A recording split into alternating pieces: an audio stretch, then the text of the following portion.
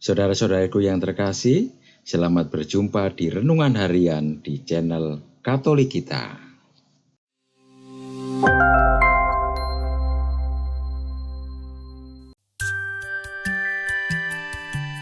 Hari ini, Kamis, 2 Januari 2025.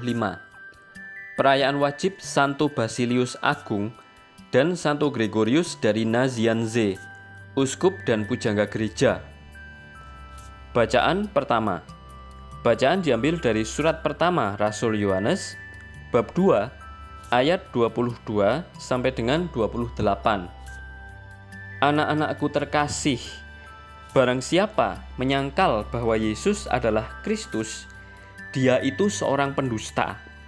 Dan barang siapa menyangkal baik bapa maupun anak, dia itu adalah antikristus. Sebab barang siapa menyangkal anak, ia juga tidak memiliki bapa. Barang siapa mengakui anak, ia juga memiliki bapa. Dan kamu, apa yang telah kamu dengar dari semula, itu harus tetap tinggal di dalam dirimu. Jika apa yang telah kamu dengar dari semula itu tetap tinggal di dalam dirimu, maka kamu akan tetap tinggal di dalam anak dan di dalam bapa. Dan inilah janji yang telah dijanjikannya sendiri kepada kita, yaitu hidup yang kekal. Semua ini kutulis kepadamu, yaitu mengenai orang-orang yang berusaha menyesatkan kamu. Sebab di dalam dirimu tetap ada pengurapan yang telah kamu terima dari Yesus. Karena itu, tidak perlu kamu diajar oleh orang lain. Tetapi sebagaimana pengurapan Yesus mengajar kamu tentang segala sesuatu, dan pengajarannya itu benar, tidak dusta, dan sebagaimana ia dahulu telah mengajar kamu, demikianlah hendaknya kamu tetap tinggal di dalam Dia. Maka sekarang anak-anakku, tinggallah di dalam Kristus, supaya apabila Ia menyatakan dirinya, kita beroleh keberanian percaya dan tidak usah malu terhadap Dia pada hari kedatangannya. Demikianlah sabda Tuhan. Syukur kepada Allah. Bacaan Injil. Bacaan diambil dari Injil Suci menurut Yohanes, bab 1, ayat 19 sampai dengan 28. Inilah kesaksian Yohanes ketika orang Yahudi dari Yerusalem mengutus kepadanya beberapa imam dan orang-orang Lewi untuk menanyakan kepadanya, "Siapakah engkau?" Yohanes mengaku dan tidak berdusta. Katanya, "Aku bukan Mesias." Lalu mereka bertanya kepadanya, "Kalau begitu, siapakah engkau? Elia?" Yohanes menjawab, "Bukan." "Engkaukah nabi yang akan datang?" Ia pun menjawab, "Bukan." Maka kata mereka kepadanya, "Siapakah engkau? Sebab kami harus memberi jawab kepada mereka yang mengutus kami. Apakah katamu tentang dirimu sendiri?" Jawab Yohanes, "Akulah suara orang yang berseru-seru di padang gurun. Luruskanlah jalan Tuhan, seperti yang telah dikatakan Nabi Yesaya." Di antara orang-orang yang diutus itu, ada beberapa orang Farisi. Mereka bertanya kepadanya, "Mengapa engkau membaptis, jikalau engkau bukan Mesias, bukan Elia, dan bukan Nabi yang akan datang?" Yohanes menjawab kepada mereka, "Aku membaptis dengan air, tetapi di tengah-tengah kamu berdiri Dia yang tidak kamu kenal, yaitu Dia yang datang kemudian daripadaku. Membuka tali kasutnya pun aku tidak layak." Hal ini terjadi di Betania yang di seberang sungai Yordan, di mana Yohanes membaptis orang. Demikianlah sabda Tuhan. Terpujilah Kristus. Dalam bacaan pertama, relasi Yesus dengan Bapanya begitu erat, sehingga menyangkal yang satu berarti juga menyangkal yang lain.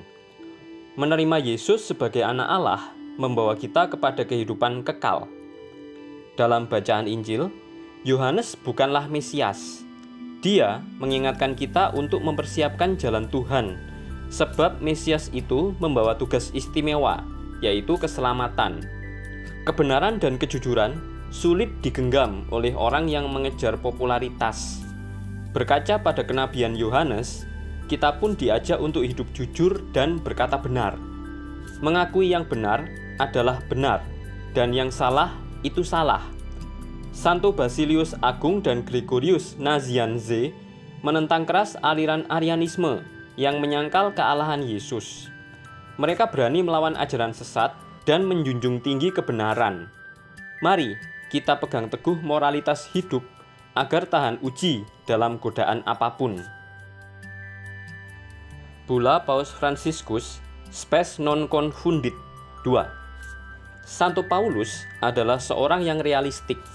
Dia tahu bahwa hidup mempunyai suka dan duka, bahwa cinta diuji di tengah cobaan, dan harapan bisa pupus saat menghadapi penderitaan.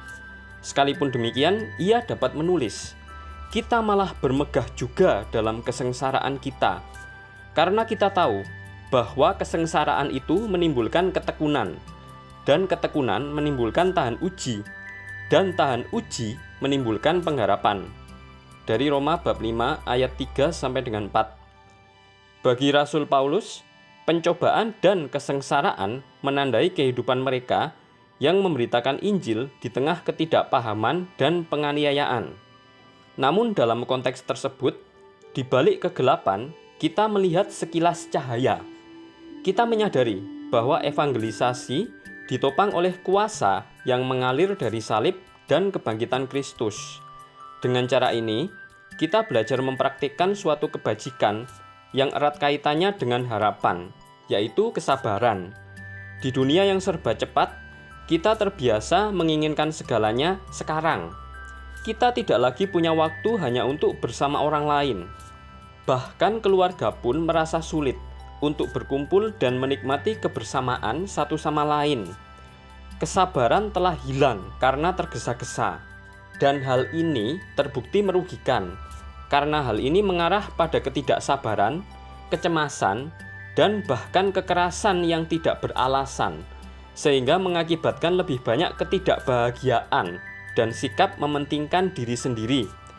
Tidak ada tempat bagi kesabaran pada era internet ini, karena ruang dan waktu takluk pada sekarang yang selalu hadir. Seandainya kita masih bisa merenungkan penciptaan dengan rasa kagum, kita mungkin akan lebih memahami pentingnya kesabaran. Kita bisa mengapresiasi perubahan musim dan hasil panennya, mengamati kehidupan hewan dan siklus pertumbuhannya, serta menikmati kejernihan penglihatan Santo Franciscus. Dalam Canticle of the Creatures atau Kidung Para Makhluk yang ditulis tepat 800 tahun yang lalu, Franciscus memandang semua ciptaan sebagai sebuah keluarga besar dan dapat menyebut matahari sebagai saudara laki-lakinya dan bulan sebagai saudara perempuannya. Pemahaman baru atas nilai kesabaran ini terbukti bermanfaat bagi diri kita sendiri dan orang lain. Santo Paulus seringkali berbicara tentang kesabaran dalam konteks kebutuhan kita akan ketekunan dan kepercayaan penuh pada janji-janji Allah. Namun di atas segalanya, ia memberikan kesaksian tentang kesabaran Allah sendiri sebagai Allah sumber ketekunan dan penghiburan. Dari Roma bab 15 ayat 5. Kesabaran, salah satu buah Roh Kudus, menopang pengharapan kita dan memperkuatnya sebagai suatu kebajikan dan cara hidup. Semoga kita belajar untuk sering berdoa, memohon rahmat kesabaran yang merupakan buah dari harapan sekaligus landasan kokohnya. Marilah kita berdoa. Allah Bapa yang Maha Mulia, Engkau telah menerangi gerejamu dengan teladan dan ajaran Santo Basilius dan Gregorius, uskupmu.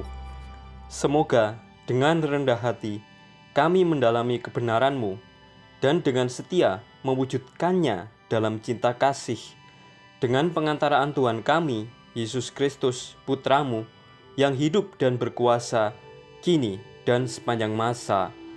Amin. Saudara-saudari yang terkasih, terima kasih atas kebersamaannya dalam renungan harian ini. Kita jumpa lagi di renungan harian berikutnya. Berkah dalam.